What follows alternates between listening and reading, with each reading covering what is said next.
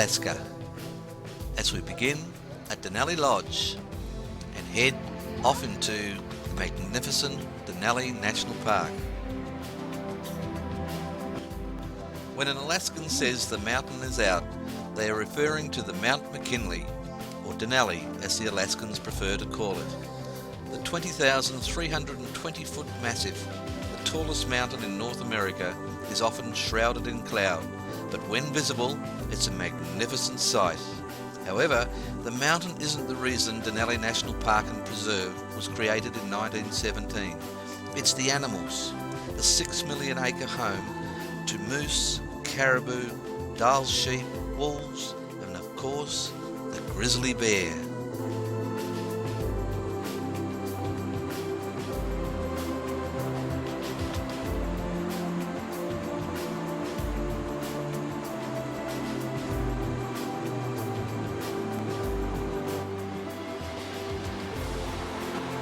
There are 650 species of flowering plants, 39 species of mammals, 167 species of birds, 10 species of fish, and 1 amphibian.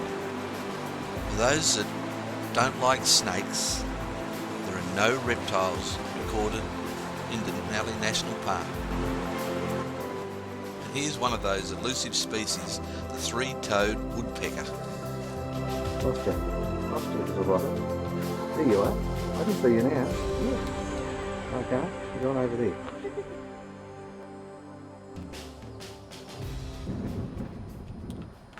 This is the village up above Denail. The entrance to the park's down on the right there.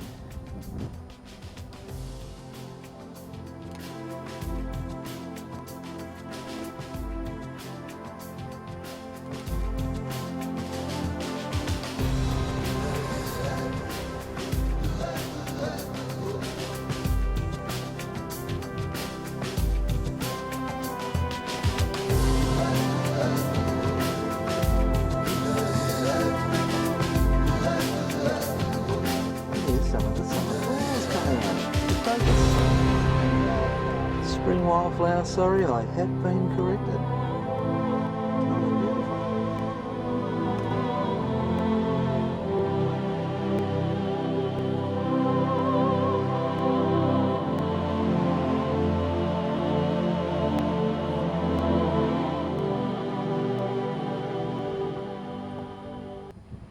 You've got to be careful around here, this is a moose calving area. Oh, there's moose! Oh no, missed it. There we are.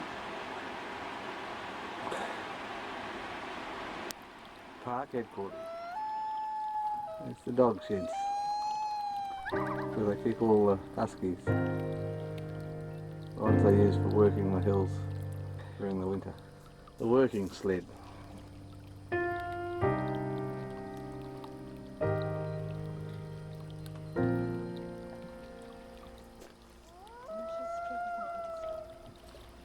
You can see life is hard.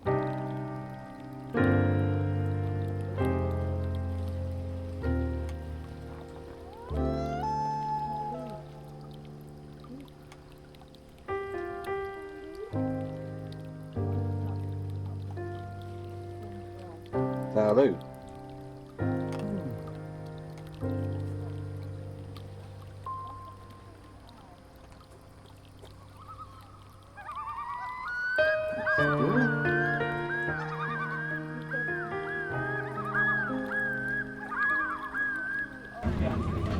What was all that about? I might do a check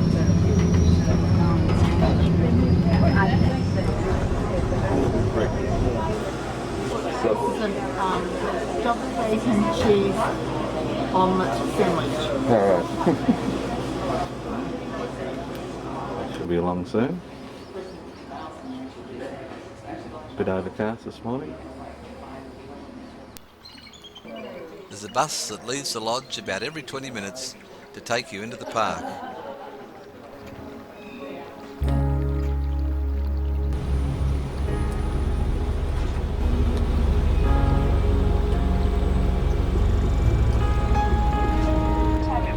Reaches the front, but I'll be glad to answer any questions that you have. We're into the headquarters area now. This first right-hand turn goes to Sea Camp. And it less tree growth than you see here now. And there are a few theories as to why these trees can exist here, when just a few decades ago they couldn't. It could be there's been a change in the soil conditions. It could be that the surrounding taiga has matured to a point where they give out more seed dispersal, thereby giving more chances for trees to grow. But most probably it is global climate change that allows for these trees to survive here when just a few decades ago they couldn't survive at this elevation. And the mountains that we'll see on our right today, for the most part, as we go out into the park, they'll be part of the outer range. Geologically, it's an older mountain range than the Alaska range. Everybody found them? Can I help somebody find them if they didn't find them? You guys got them?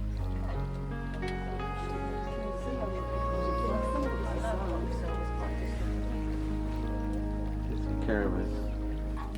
But he's in a good part of his way too. Here's the male and the female just behind it. No sheep up there? Ptarmigan. Female. The ptarmigan, like many animals, is just changing its colour from the winter white and getting the browns back. All the way. That's a good spot to stop. There's Mount McKinley. And you that's can't see it that go behind out the to clouds. the Savage River. But as we go farther and go higher, there'll be more snow and less evidence of spring. And all of the seasons happen very quickly here, except for, of course, winter. And eventually, and it happens very, very fast when it starts happening, all this brown that you see here will be brilliant green. And then it's green for a few weeks, and then it starts turning autumn colors by August. So we're going to stop here and talk with the rangers for a minute, and then we'll go on. Looks like Christopher and Brittany.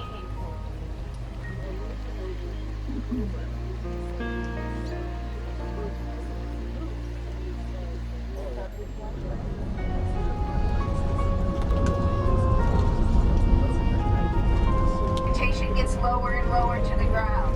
It's a defense mechanism against the harsh environment in which it grows.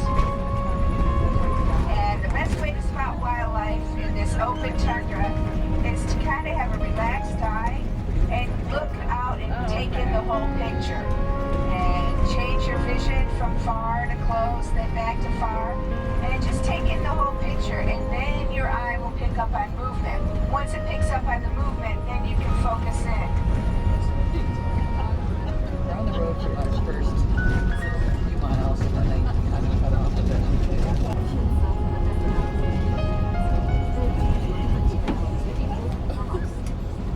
There you go.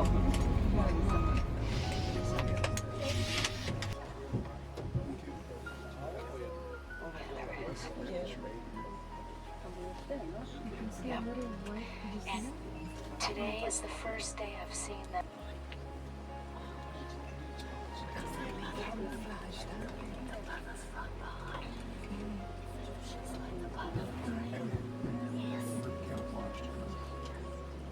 There's the owl. And there's the chick there, just looking towards us as well.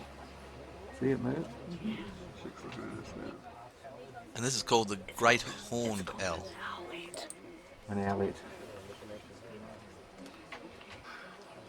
Did everybody find it? And there's the owl and the baby in the middle of the photo.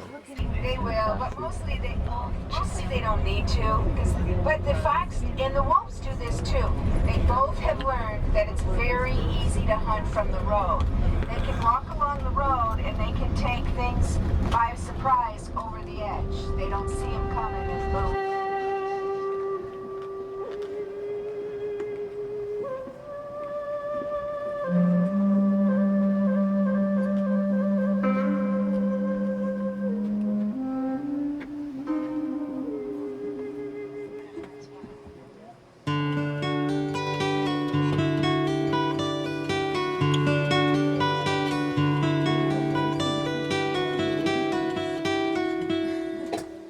Wow, our first grizzly bear with 2 cubs. Mum and her cubs would have only come out of hibernation a few weeks earlier, and so they're keen to get food and start looking for There's roots. Mum in front. That's the baby right at the feet.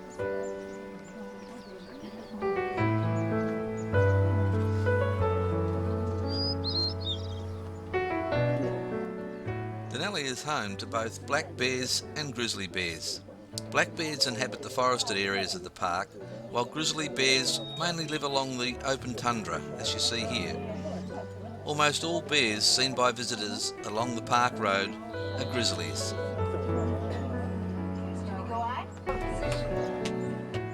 There are a few basic rules for avoiding encounters with bears.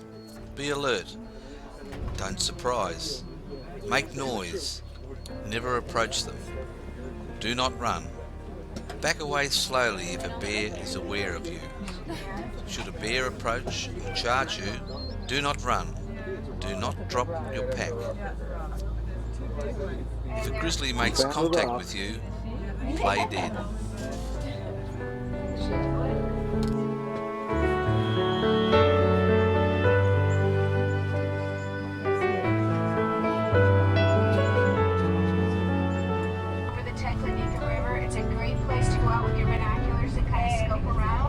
We're going to see some sheep a little closer up here. So you want to be looking not just above us, but below us as well for more Denail sheep.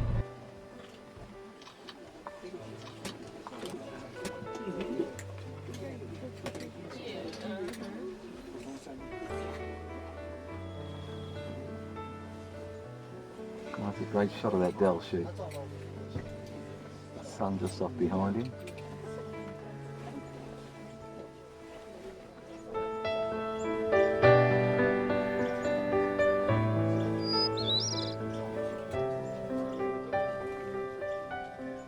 That was a good shot, Jane.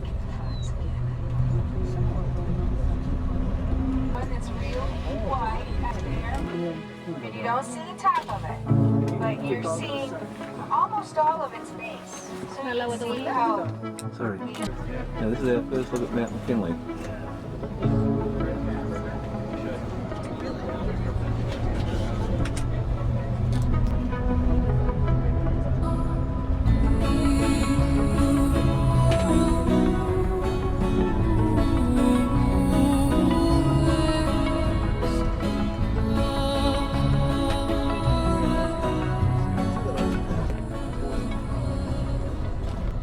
Here you can see the valley floors where the glaciers have left their fingered remnants of valleys. This is Simon Igloo Canyon. It was almost as bad as this, but this is pretty amazing. But this willow is like a weed here, so most of it should survive. Station back east all the way to Cantition on the far west end. The road at Polycrow Pass, this is still some very beautiful scenery. And once we're at the top, we will have a rest stop where you can get out of the bus for photos.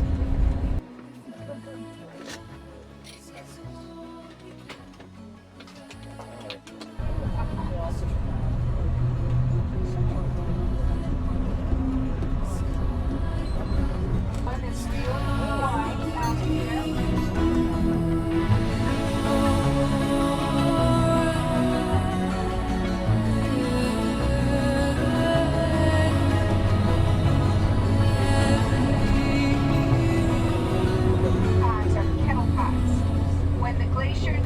This valley retreated and left behind large chunks of ice.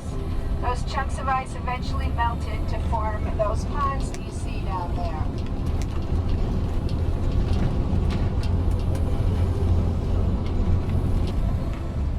And across the way, in the bowls of all those little mountains across the way, are the Polycrow Glacier.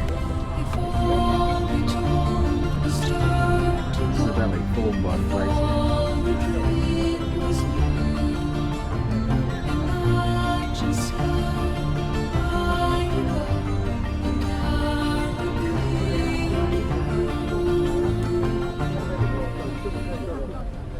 There's because there's all the bird waste, but I can't find the nest, so I'm not sure what it is. And I haven't seen the bird itself yet either.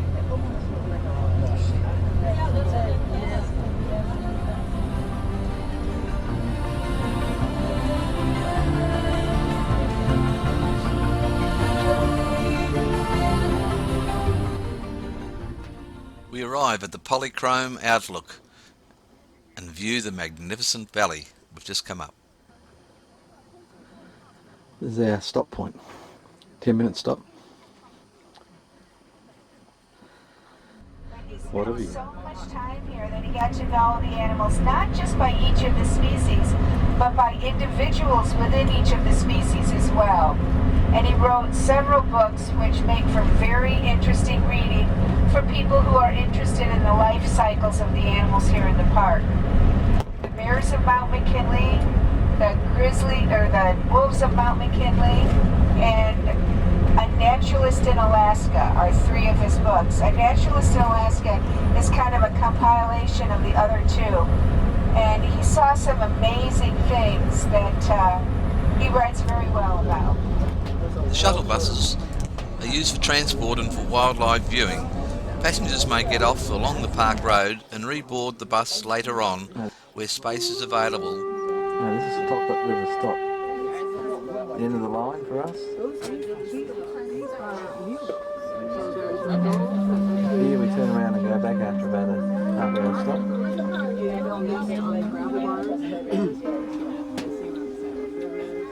And this is what they have for protection if it's cold.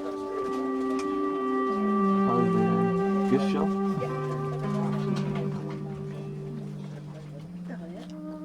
Habitat of the Denail sheep.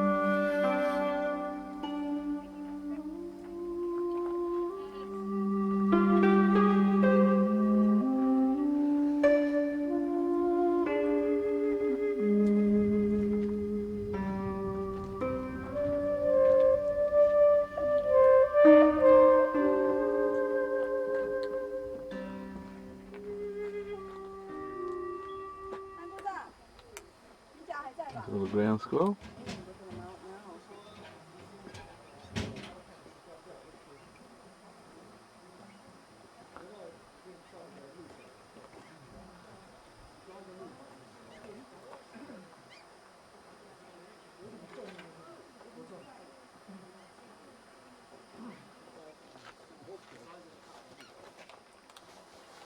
Well, here's one of the antlers been left behind by Denail sheep.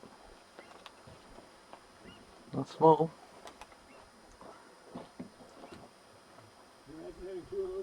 Tip of the antler. Just against my finger gives you an idea of the size of that.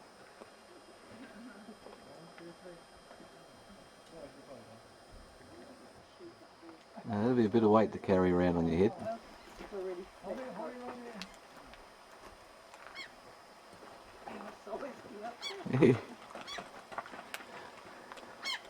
The change coming in.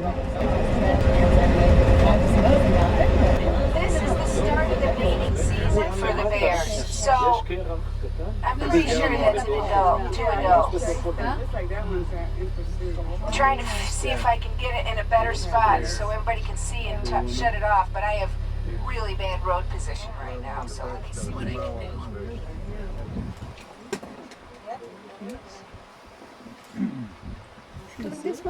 No, she's hoofing it away. When the walking horses are to see it, Looks kind of skinny. She'll gain 40% more fat over the summer. So yeah, doesn't it cruise when they turn up?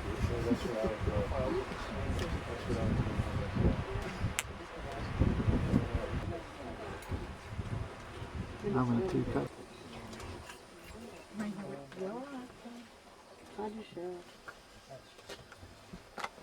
Caribou antler is the fastest growing tissue in the world, and they can gain as much as 2 inches in a 24-hour period. That's a lot of growth. And so you can see by the end of the season, they got a long way to go. They're going to get really big. Well, maybe it's going out of sight.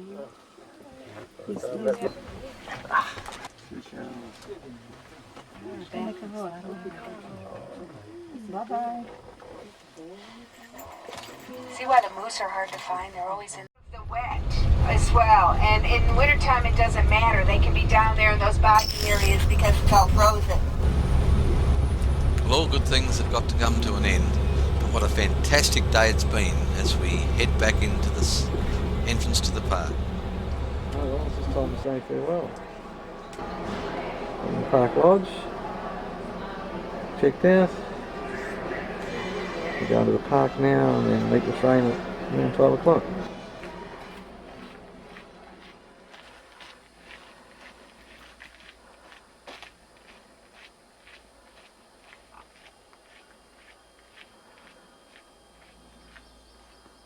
Our trek up to the station as we head out of McKinley.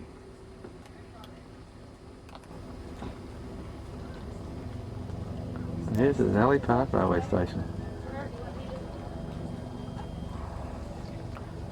Good luck. Train will be along soon. Only 4 million people here. And this demonstrates the organisation of Princess Cruises. All these buses are ready to take the passengers coming off the train from Fairbanks, and the train, of course, is then ready to load for Anchorage.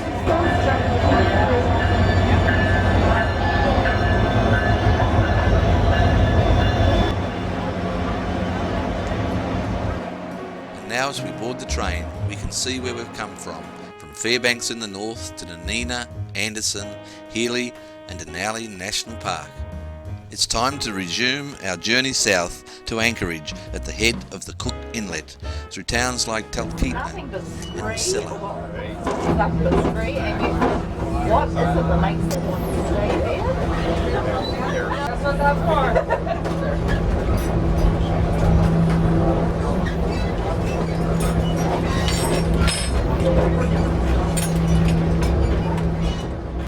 As we follow the edge of the national park, we look on in awe at the glacial valleys and the magnificent frozen rivers and snow-capped mountains. It's a beautiful sight.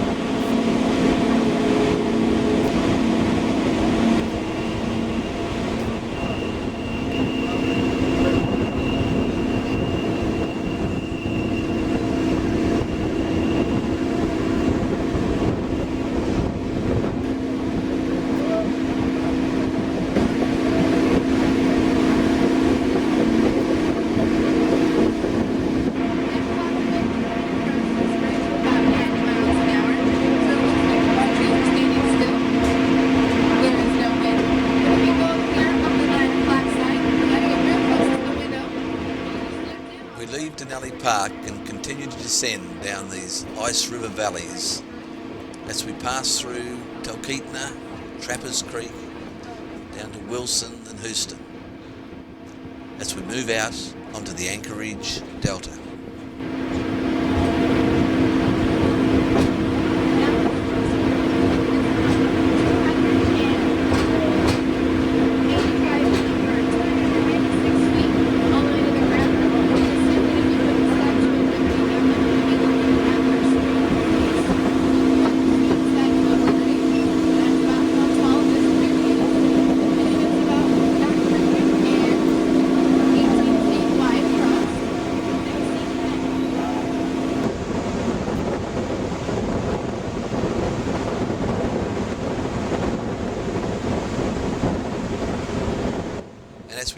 to descend down these beautiful valleys, we get one last glimpse of magnificent Denail before she disappears to the horizon. We enter the slow-running rivers of the Beaver and their dams, and then on to Wasilla. Wasilla is where the Iditarodders run, a race for dog teams over 1,000 kilometres to know. This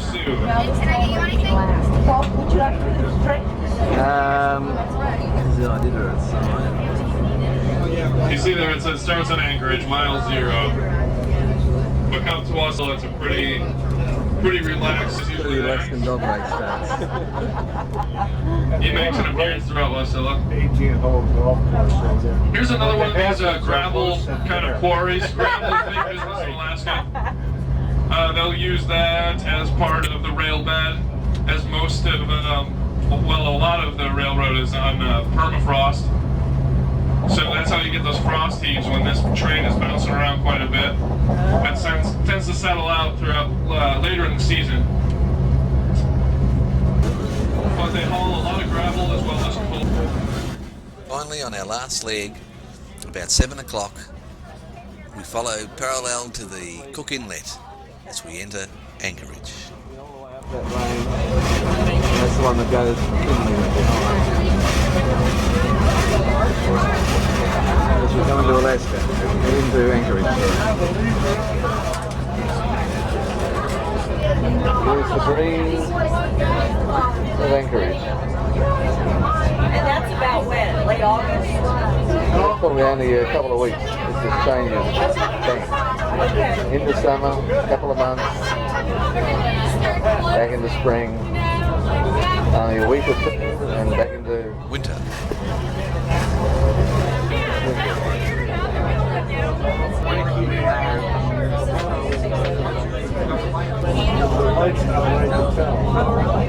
Now this is the sleeping lady. You can see her here to the left of the screen.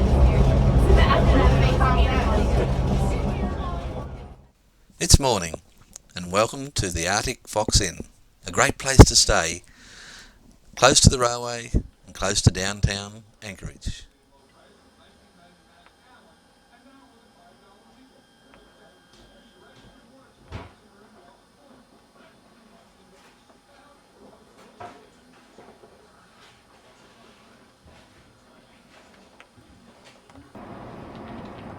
Oh, here looks a likely spot. Here we are in Fairbanks. Sorry. Here we are in Anchorage, just down the road. At the Arctic Treasures Trading Post.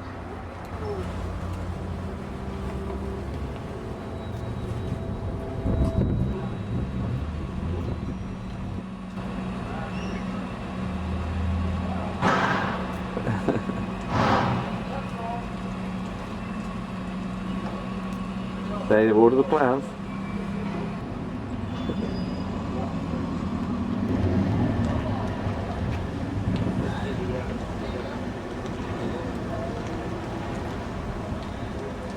And there's the tourist centre. Oh, the sculpture. We're at Fulton F. This is Tourist Information Centre, and we can get the bus, the trolley here.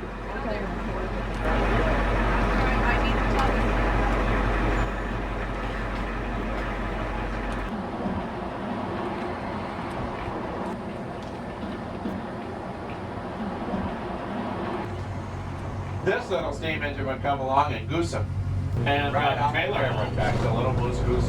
To the numerous wooden homes almost all of us build a live in, we heat with natural gas. Some still heat with wood, like Barbara and I. We do not see very many red brick homes up here. Our price is very expensive and no red clay. Now each one of the little red bricks can be as much as $5 a piece. I got really excited about this house. I brought my wife Barbara over here and I said, Barbara, let's build one of these underground homes. She said, well, how do you get into it? I said, that's easy. You walk over the top of the little red roof and you go right down into that Chimney. front door. She said, no. And this is a moose gate right up here. And the moose are on both sides of the fence.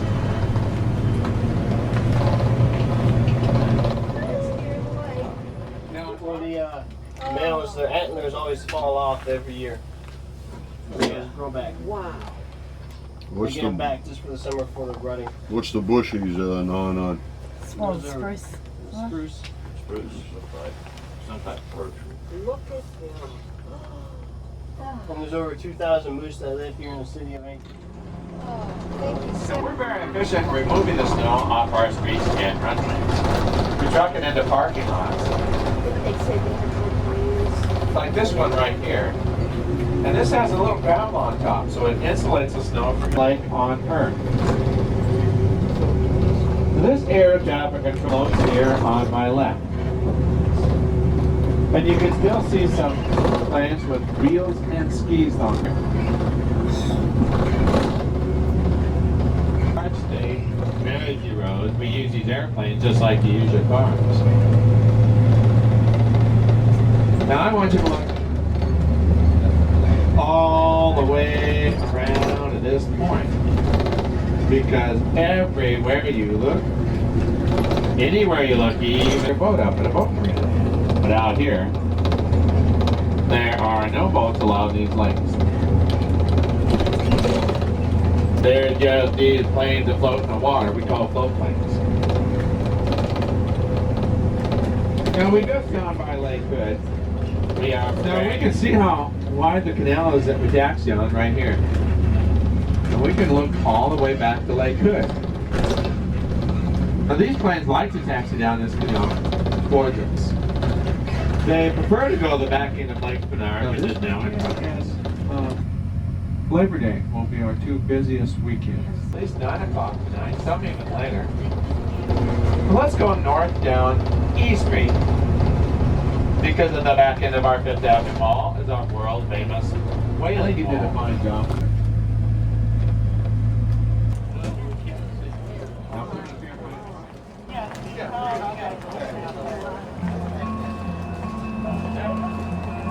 Where's my hot dog? Hey, hot dog. There it is.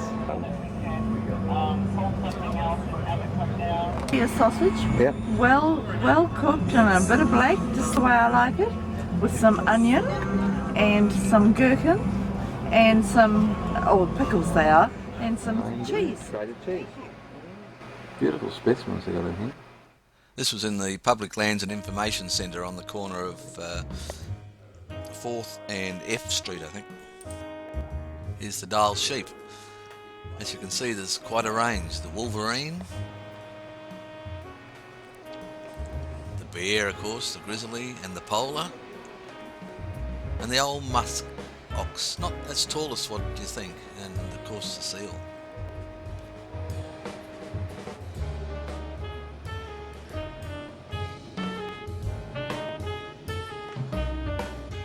Not only Cook came here, but all the explorers of the Northwest Passage in the 16th, 17th century.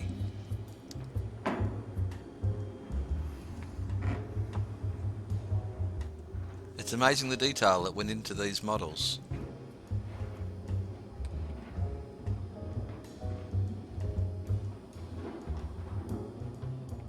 Of course, the other means of transport when the rivers were frozen were the dog sleds.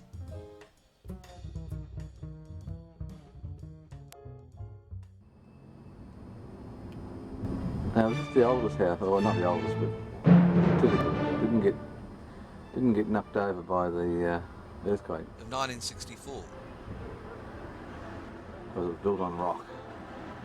Next up, the story of the indigenous peoples at the Alaskan Environment History Museum. This story takes us from the northwest coast Tlingit Indians to the Aleut Eskimo in the far north.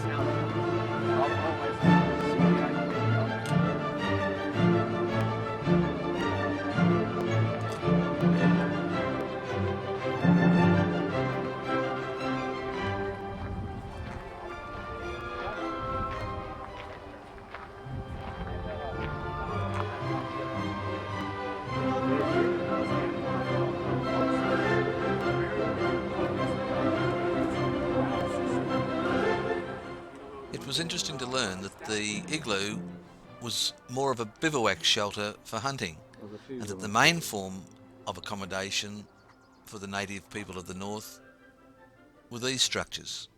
And for security, their main form of entry was through the roof. The big guy right there, Polar, they have been known to try to come in here and reach down and pull people out of the house. Now, I believe, They hunt people. yeah, polar bears are known to hunt people, right? Is it? Yeah. They're like the only ones that hunt people. Because, you know, up there, there's not too many choices of food there. Yeah, what part of his menu? Very, very flat. There's no trees, so again, use driftwood. Now, driftwood is very good to use because, you know, it's already been cured, it's already been left out, so that would be used. It lasts a lot longer. The sides also be made of driftwood. So this is your Apache. So this is your Athabasca bears. And this would be this high, but not this close to the building. You know, of course, food does attract bears, so you gotta keep your family safe. Now, we'll be up to about a quarter mile away from the house, and the sides will be rubbed out with bear fat or bear grease to keep the bears out, because bears are also territorial. They do not like the smell of other bears. If you just smell that, you're like, okay, right off somebody, I don't want to go. This little guy right here, he is a weasel, a type of weasel, is a marten. Now these guys are very, very fast and very hard to catch. So if you see a guy wearing this on his garments, he was considered a very good hunter. This animal right here is a rabbit. Now these were good to eat. The fur is soft and light. They use it for summer clothing, tassels and decorations. They've been also known to use this as a diaper. Now as a kid, I would love this as a diaper. But this here, we would put it in the river with a pretty good current, and we use the current to spin it in a circle. Now as it rises, the fish will be all scooped up in here, and as it comes to the top, they'll all slide out through the hole and into the bin. Very ingenious, very laid-back fishing in my opinion. Very ingenious design.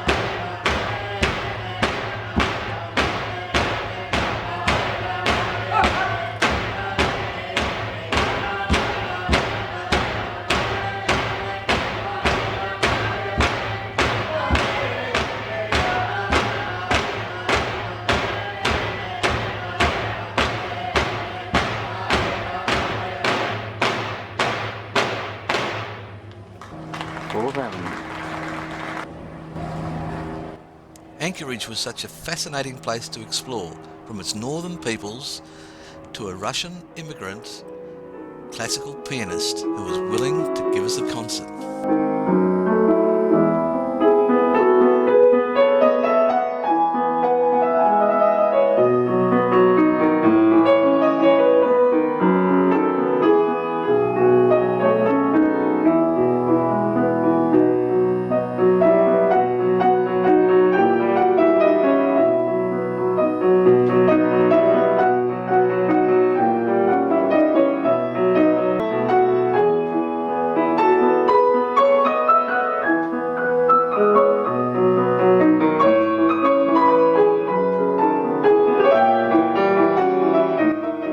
Just as she was telling us of her world-class jazz pianist husband who should walk on the door.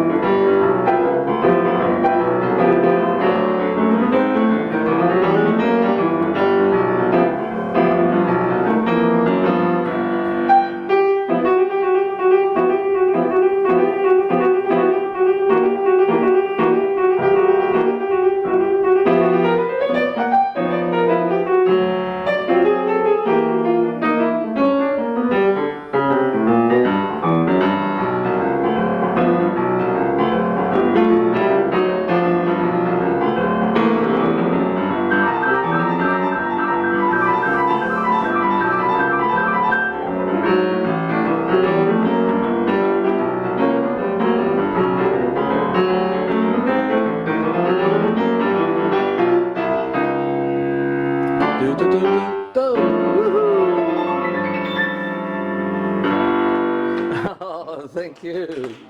In Anchorage. Our little spot. I'm just about to leave to head off to Whittier. And here we have Resolution Park. And what does that remind you of? Old sea captain himself, Captain Shook. Cook too hoped to put his name to the Northwest Passage, but it took 100 years or so more before it was navigated successfully. And Cook went on to die later, not long later, in Hawaii on his return. And as we overlook Cook Inlet, we see a 747 coming in to land at Anchorage, after probably completing a great circle from Asia. 25-foot tides.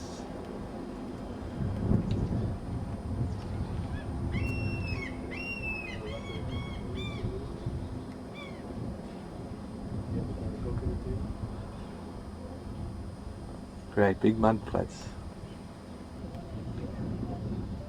Beautiful scene.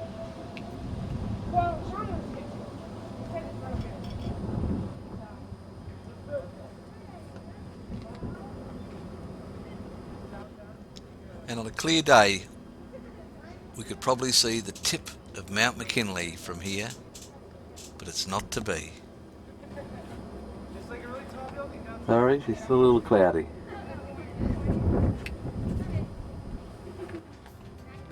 That's where she is. And this is what she looks like, as depicted by a local artist. Truly magnificent. And no better way to finish this Denail stage of our journey, as a dream becomes a memory.